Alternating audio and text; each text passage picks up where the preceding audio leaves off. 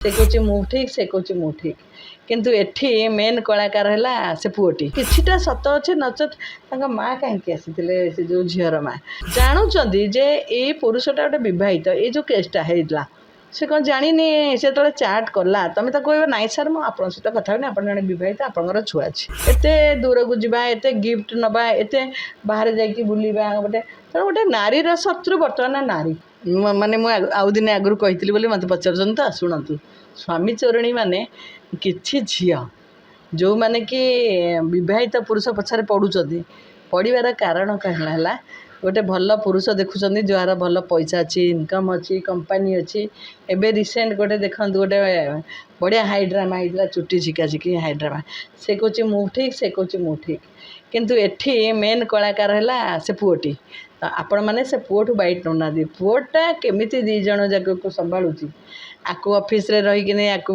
ठीक ठाक रे रखी ताकू भी स्त्री टाक खाया पीया को दौनी से कौच मोर खाया पीया ना चाउल ना देखो से गुड़ाए आपण मानक देखे तार चार्ट देखे प्लस तार किसी फोटो भी देखे तेणु गोटे जगार जो झीटा कौन करे जो दुख पाए से सहजरे बाप घर को कहेनी कहीं कहनी काले मो माँ बापा भाभी मन दुख करेंगे बुढ़ा बापा माँ तेणु कहनी यही जगह मुझे देखिली माँ भी चुटी धरी थे आसिक तेणु किछिटा सत अच्छे नचत माँ कहीं आसी से जो झीर माँ तेणु एपटे पुओ को स्त्री की पचारू ना एपटे जाकि अन्य ऑफिस रे बहुत स्टाफ अच्छा कि गोटे झील ना पर्टिकुलर कहीं से झील कौन तेणु से झील जानी मो स्वामीटी गोटे कलाकार कि तार एमती गुण अच्छी तेणु ताके फॉलो फॉलो करके धरी धरला एभली जिनस हो तेणु ये भुवनेश्वर बहुत झील मैंने कौन करूँ गाड़ी क्या घोड़ा क्या पैसा क्या लैपटॉप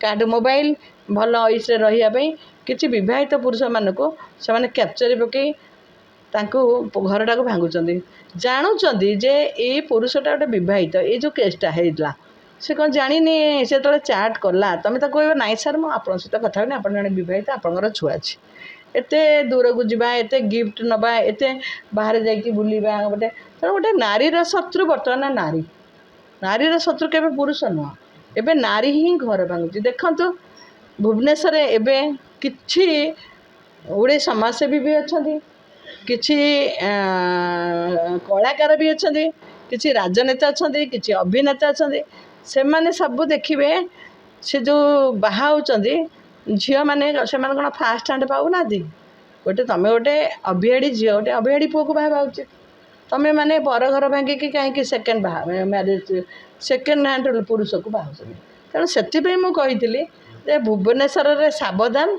मातिचंती स्वामी चोरणी जो केसटी आप देखिले महिला जनक सोशल मीडिया कहते हैं कौन अंतवस्त्र पिंधती कौन एगुड़ा सब विषय सोशल मीडिया कहते गोटे झील प्रति गोटे कौन ठीक नहीं शुणु गोटे अच्छी आलसखी आपण मत तुम जदि से ना तुम केस देला चुपचाप होकर रुह एवं अन्य जगह चाकरी देख जदि गोटे परिवार भितर आमको नहीं तृतीय पुरुष तृतीय व्यक्ति की नहीं झगड़ा हो स्वामी स्त्री को भल रहा छाड़ दि केस देचा पुलिस पर विश्वास रख भरोसा रख तुमको कहीं बाड़े से पुलिस इन्वेस्टिगेशन कर पुणी आसिकनी से झील तो बाड़े चुपचाप रहिले ये आसिकनी सफेई दौरान गाड़ी की बाड़े आसिक सफेई दौरान गोटे जिनस गुड़ाक जोड़ा पार्टी कहुए आसिक ठीक कहते तेणु यहाँ पुलिस पाख पलैला केसटा पुलिस ठू के न्याय पाइब से व्यवस्था कर एवं जो पुरुषटी बर्तमान तुमको बदनाम कला तुम से पुरुषटा को धर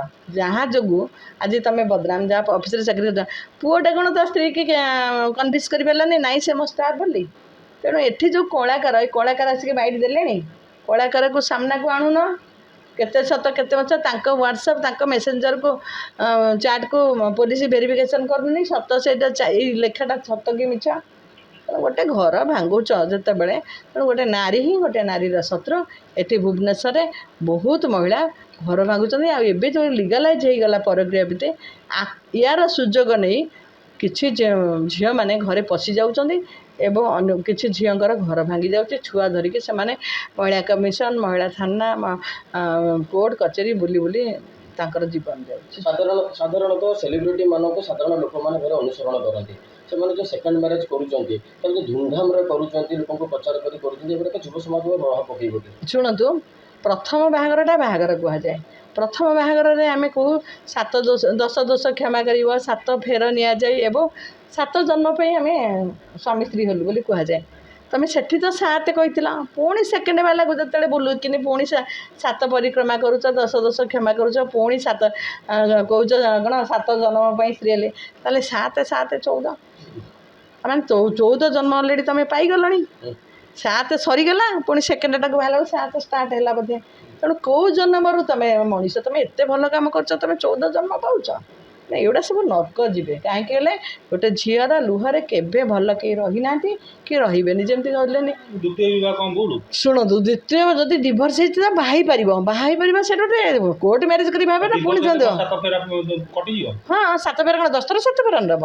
ଡିଭୋର୍ସ ଦେଲେ କ'ଣ 7 ଫେରାଟା? ଶୁଣନ୍ତୁ, ଆମେ ତ ଯେଉଁ ଚତୁର୍ଥୀ ହୋମଟା ହୁଏ, ସେଠି କ'ଣ ହୁଏ? ଚତୁର୍ଥୀ ହୋମ ଯେ ଗୋଟେ ନୂଆ ଝିଅ ଆସିଲା, ସବୁଦିନ ପାଇଁ ସେ ଆମର ଜଣେ ମେମ୍ବର ହେଲା, ସେଠି ଗୋଟେ ନୂଆ ନାଁ ଦିଆଯାଏ। ଜାଣିଥାନ୍ତୁ ସେକେଣ୍ଡ ମ୍ୟାରେଜରେ ଚତୁର୍ଥୀ କର୍ମ ହୁଏନି।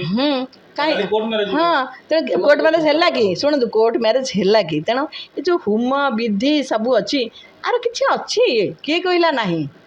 ଅଛି। ଶୁଣନ୍ତୁ, ଯେତେବେଳେ ପୂର୍ବ କାଳରେ ଆମ ଜେଜେମା ମାନେ ସ୍ୱାମୀକି ଦେଖିନଥିଲେ, ମୋର 2ଟା ଜେଜେମା ଅଛନ୍ତି, ସେମାନେ ସ୍ୱାମୀକି ଦେଖିନାହାନ୍ତି, କିନ୍ତୁ ସେମାନେ ସେଇ ନାଥ ଘର ବୋହୂ ହେଇକି ରହିଲେ, ବାଳୁତ ବିଧବା ସେମାନେ ଯାହାକୁ କହନ୍ତି।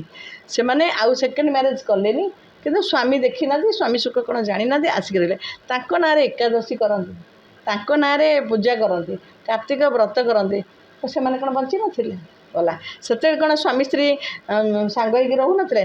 ସକାଳେ ଝଗଡ଼ା ହେଉଥିଲେ, ଦ୍ୱିପହରେ ଡାକିକି ଖାଇ ପିଇକି ପୁଣି ସମାଧାନ ହେଉଥିଲା। କିନ୍ତୁ ଆଜିକାଲି ସ୍ୱାମୀ ସ୍ତ୍ରୀ କାହିଁକି ପଡ଼ୁନାହାନ୍ତି?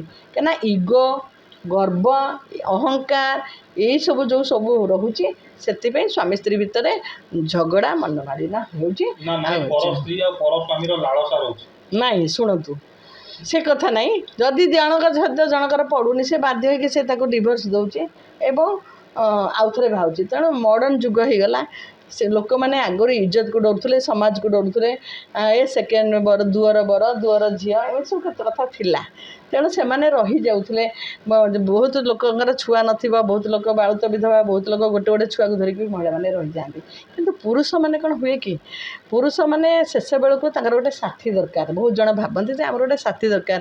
ପିଲାମାନେ ଚାକିରି କଲେ, ପାଠ ପଢ଼ିଲେ, ପଳେଇଲେ, ଶେଷକୁ ଗୋଟେ ପୁରୁଷ ଯାଇ ମୋତେ ମୋ ସ୍ତ୍ରୀ ମେଡ଼ିସିନଟା ଟିକେ ଦେଉ, ସ୍ତ୍ରୀଟା ଭାବେ ମୋ ସ୍ୱାମୀ ଟିକେ ମେଡ଼ିସିନ। ତେଣୁ ଶେଷ ବେଳକୁ ଗୋଟେ ସାହାରା ପାଇଁ ବାହା ହେଉଛନ୍ତି, ସେକେଣ୍ଡ ମ୍ୟାରେଜ କରୁଛନ୍ତି। କିନ୍ତୁ ଜଣକୁ ଦୁଃଖ ଦେଇ ଆଉ ଜଣକୁ ଖୁସି କରିବାଟା ଭଲ।